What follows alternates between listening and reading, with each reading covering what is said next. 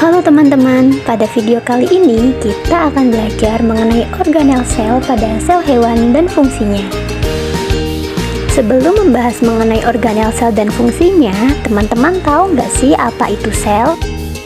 Sel adalah bagian terkecil dari makhluk hidup, atau dengan kata lain, sel adalah satuan fungsional struktural terkecil dari setiap makhluk hidup.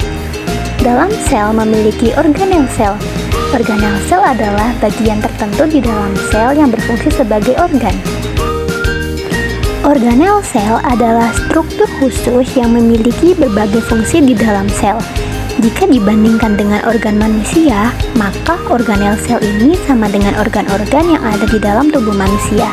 Organel sel ini tidak hanya terdapat pada manusia saja, tetapi juga terdapat pada hewan dan tumbuhan. Organel sel pada makhluk hidup terdiri dari beberapa jenis dan tentunya memiliki fungsi yang berbeda.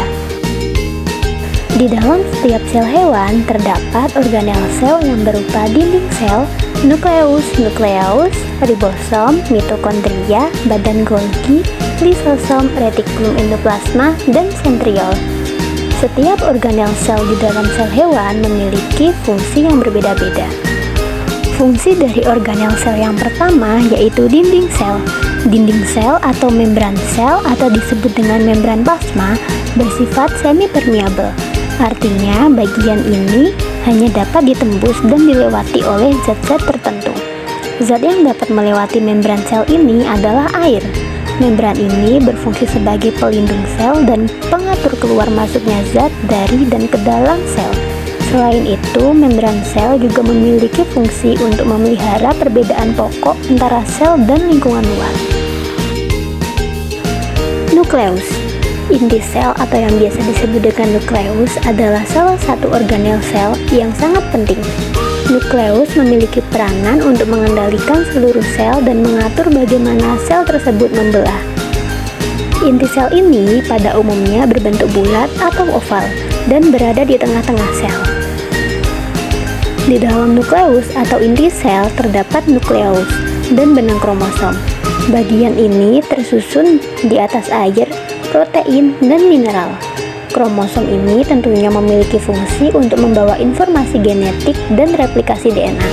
Karena dalam kromosom tersebut terdapat DNA, deoksiribonukleik asid, dan RNA, ribonukleik asid. Nukleolus. Nukleolus adalah komponen yang terdapat di dalam nukleus atau inti sel. Nukleus menyimpan sebagian besar DNA sel yang bertanggung jawab untuk membawa informasi genetik. Sedangkan nukleolus bertanggung jawab untuk mengumpulkan dan transkripsi RNA. Ribosom. Ribosom berbentuk butiran-butiran bulat dan kecil serta jumlahnya sangat banyak.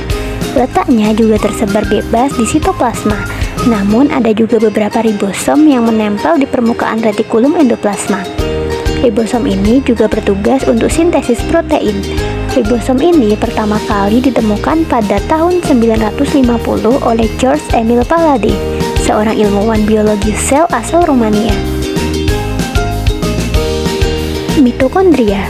Mitokondria berbentuk seperti cerutu dan berlekuk-lekuk dan memiliki membran dalam dan membran luar. Mitokondria memiliki fungsi sebagai tempat respirasi yang digunakan untuk menghasilkan energi. Karena fungsinya inilah mitokondria disebut dengan powerhouse.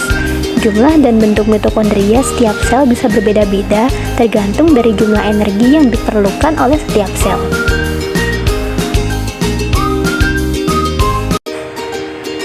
Badan Golgi.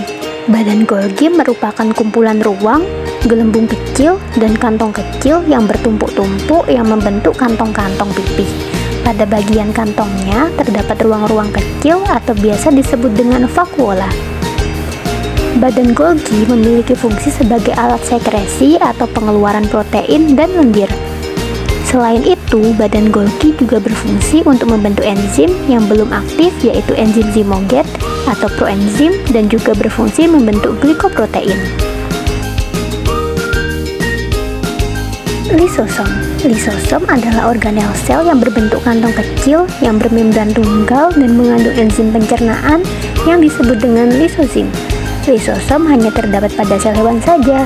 Fungsi dari lisosom adalah tempat memproduksinya enzim-enzim pencernaan yang kemudian digunakan untuk mencerna bagian-bagian sel yang rusak atau zat asing yang masuk ke dalam sel.